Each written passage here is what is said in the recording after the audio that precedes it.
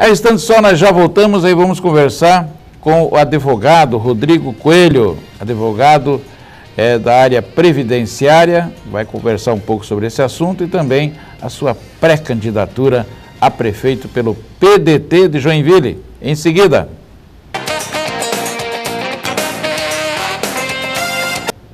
Olha aí nós de novo na telinha,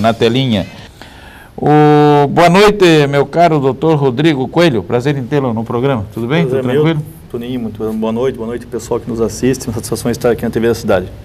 Quais são as novidades da área previdenciária aí? Qual é a expectativa do trabalhador brasileiro, principalmente aquele que já está aposentado, aquele que quer se aposentar? Para quem está aposentado e quer se aposentar, a grande novidade, sem dúvida alguma, é essa espera que foi adiada na semana passada, última quarta-feira, para a próxima quarta, agora dia 28 de setembro, do julgamento no STF da chamada desaposentação. O que é desaposentação? É a pessoa que está aposentada, né, e continua trabalhando, pagando o INSS. Hoje ela paga, contribui para nada, na verdade, porque não tem retorno algum para ela isso. Antigamente tinha o chamado pecúlio, ou seja, a pessoa após deixar o seu emprego, ela pegava de volta o dinheiro que ela pagou após aposentada. Hoje a pessoa paga o INSS, se ficar doente, por exemplo, se tiver o caso de falecer, não vai gerar pensão alguma, a não ser a sua própria aposentadoria.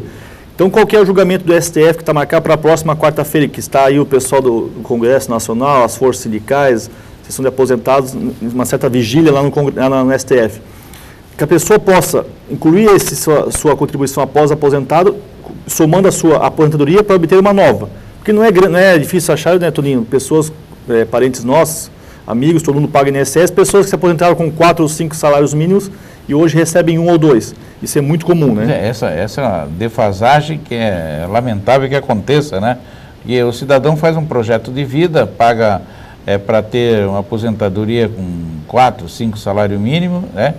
E parece-me também que não pode passar do teto de 3 mil, é verdade? Por exemplo, hoje o salário mínimo é R$545. O teto da Previdência não chega a R$4.000. Deveria ser o quê? R$5.450, que é os 10 salários mínimos. Correto. Só que é uma política, na verdade o STF disse isso com base na Constituição, eu, com todo o respeito tal, discordo, de que o governo está autorizado por lei a dar um aumento diferenciado para quem ganha o salário mínimo e um aumento menor em porcentagem para quem ganha acima de um salário. Então isso ao longo dos anos, por exemplo, esse ano, 2011, tivemos um aumento de quase 10% para quem ganha o salário mínimo e para quem ganha acima do salário foi de 4%, ou seja, metade. Então a tendência nesse encaminhar aí é igualar todo mundo por baixo, que é aproveitar todo mundo recebendo o salário mínimo, como aconteceu em alguns países que adotaram a chamada previdência privada no lugar da previdência pública. Nada contra. Ela tá, inclusive no Brasil está crescendo, está bem estruturada, há garantias legais hoje contra, em caso de quebra de uma dessas instituições financeiras. Tem o chamado resseguro, né, o IRB, que cada R$2 que você paga, R$1, por exemplo, vai para esse seguro para garantir caso de quebra de uma delas, nesses bancos. Então é confiável a pessoa investir, está cada vez crescendo mais, não só as pessoas que têm a sua possibilidade de pagar por conta própria, mas os próprios órgãos de classe, a OAB, CRM, estão criando as suas previdências privadas também, interessante isso. E as próprias empresas, né, não só a Petrobras, a Vale, a Banco do Brasil, mas as próprias empresas pequenas, privadas, como é o caso aqui de Joinville, a Whirlpool, tem a sua previdência privada. Incentivar as pessoas que querem ganhar um valor acima disso a pagarem um valor acima. Empresas aí como a Celesc, Petrobras, todas têm a previdência privada, né? Sim. Tem um próprio instituto, né? Exatamente. Agora, em relação à aposentadoria do homem e da mulher, que diferença tem em termos de tempo de trabalho? Perfeito. Está até oportuna a pergunta, que está em andamento no Congresso Nacional, já foi aprovado no Senado, agora está na Câmara, a proposta de alteração. Hoje o homem basta ter 35 anos de contribuição que consegue se aposentar por tempo de contribuição, né? Não precisa de idade mínima alguma. A mulher com 30 anos de contribuição. A proposta é criar a chamada Fórmula 95-85. O que é essa fórmula? É somar a idade do homem ou da mulher e a soma de 95 ou 85. Vamos dar um exemplo. O homem que tenha 35 anos de contribuição vai ter que ter 60 anos de idade. Ou seja, somando 60 anos da idade dele, mais 35 da contribuição, dá 95. Então a mulher que tenha, por exemplo, 30 anos de contribuição vai ter que ter 55 anos de idade. Esse é o projeto de lei que está em andamento no Congresso. A contrapartida para criar essa idade mínima é o governo acabar com o chamado fator previdenciário, que é a grande reclamação de todos nós aí que estão nesse dia a dia ou para quem está se aposentando agora. Na verdade, desde 99, quando foi criado já o fator previdenciário, né? Que leva em conta o tempo de contribuição da pessoa desde julho de 94, quando começou o Plano Real, até o dia que a pessoa vai se aposentar e aplica sobre essa média a expectativa de sobrevida, ou seja, o quanto a pessoa vai viver depois de aposentado. Isso reduz drasticamente. Em média, tem reduzido de 30% a 40% o valor do benefício. Então, realmente o fator previdenciário está sendo uma crítica muito grande das pessoas.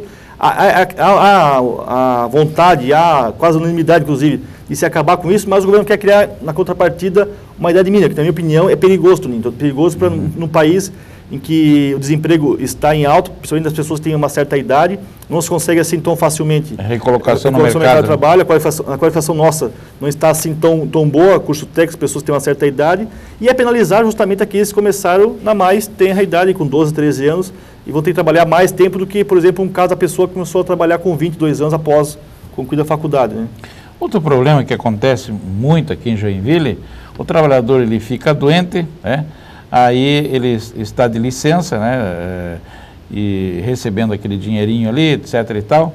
Aí vai fazer a junta médica manda ele trabalhar sem ter condições de saúde, né, pronto para o trabalho. Como é que você vê essa questão? Esse é o maior drama dos segurados do INSS, não só em Joinville, mas Brasil afora. É a chamada perícia médica, auxílio doença, né, o popular encosto. A pessoa está numa situação de validez, incapacidade para o trabalho, e fica vendo um jogo de empurra-empurra, né? O médico da empresa, corretamente, não deixa a pessoa trabalhar porque está sem condição de trabalho, o médico dela, que está tratando dela, às vezes, em muitos casos, um especialista no problema, e o INSS não encosta a pessoa, não dá o auxílio-doença, que é após o 15º dia de afastamento, né? Quem trabalha em carteira assinada, os 15 primeiros dias quem paga é a empresa, o 16º dia em diante é o INSS. A pessoa chega no INSS, muitas vezes, a maior parte dos casos, é avaliada em questão de minutos, por médicos que não são especialistas no problema da pessoa, e a pessoa tem o benefício cortado, ou negado, né, quando conseguir o benefício por algum tempo. Qual é o caminho? É procurar um advogado da sua confiança, entrar com uma ação no juizado especial federal. E aí começa o drama, porque o processo na justiça demora, não é do dia para a noite, né? Então a pessoa fica, às vezes, 4, 5, 6 meses sem receber. Obviamente que recebe atrasado desde o dia que foi cortado, teve o benefício negado. Mas há essa demora, então... essa é uma briga já nossa há um bom tempo com a agência da INSS. Melhorou bastante, Toninho, não só o tempo da demora em agendar uma perícia, mas também nos novos médicos que estão entrando com uma outra visão, uma visão mais humana, de analisar com cuidado os atestados, o exame que a pessoa leva, conversar com a pessoa, ver qual é a função dela, porque às vezes a pessoa está incapacitada, mas a função que ela exerce, por exemplo, motorista de ônibus, vamos dar um exemplo claro, é uma profissão que tem um risco muito enorme, não só para a pessoa, mas para toda a sociedade. Se sofrer um acidente, uma pessoa que, por exemplo, que tem dirigindo um ônibus, epilepsia, é um caso complicado, então tem que analisar. E hoje o que mais está em comum aí é o caso, por exemplo, da dor nas costas e a depressão, né, os problemas psiquiátricos. Então, é um cuidado que tem que ter com os médicos na hora de avaliar essas pessoas, que é um drama social, não é um caso específico da pessoa. Agora, mudando rapidamente de foco aí, como é que está a sua pré-candidatura a prefeito pelo PDT de Joinville? Estou confiante, o PDT tem uma orientação nacional de cidades com mais de 1 milhão de habitantes ter candidatura própria, né? Claro que há uma tendência de um grupo do partido de apoiar, já está presente no governo já há 2 anos e meio e permanecer nessa aliança, né? Mas eu, juntamente com o presidente Rodrigo Bort e o vereador James e outras pessoas do partido, optamos em lançar o nosso nome como pré-candidato a prefeito pelo PDT de Joinville. Está muito interessante a recepção.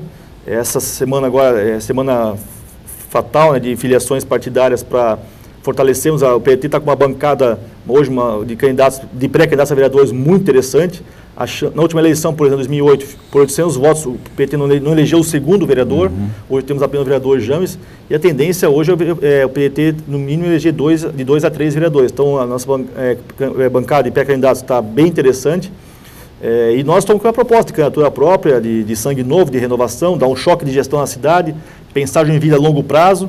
Porque, com todo respeito aos prefeitos, o atual e os que nos antecederam, eu penso que Joinville falta planejamento, Toninho, falta pensar Joinville daqui a um bom tempo. O que estava aqui nosso amigo Iberê Condeixa, a questão do hospital novo na cidade é uma questão para ontem, não é para daqui a alguns anos, não é imediato isso aí. Elevados não pode ser uma questão ideológica, não pode ser um candidato X a prefeitura ser contra, porque virou uma questão meio que ideológica, é uma questão de necessidade pronto para a cidade. O Joinville está com as costas viradas para o mar. Joinville, na verdade, foi colonizada pelo Rio Cachoeira e depois disso, ao longo da história, virou as costas para o mar.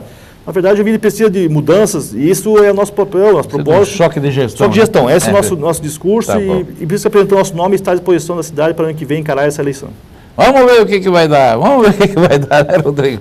Parabéns, Rodrigo, pelo seu trabalho e muito sucesso. Valeu? Eu que agradeço, Toninho. Obrigado, boa noite a todos.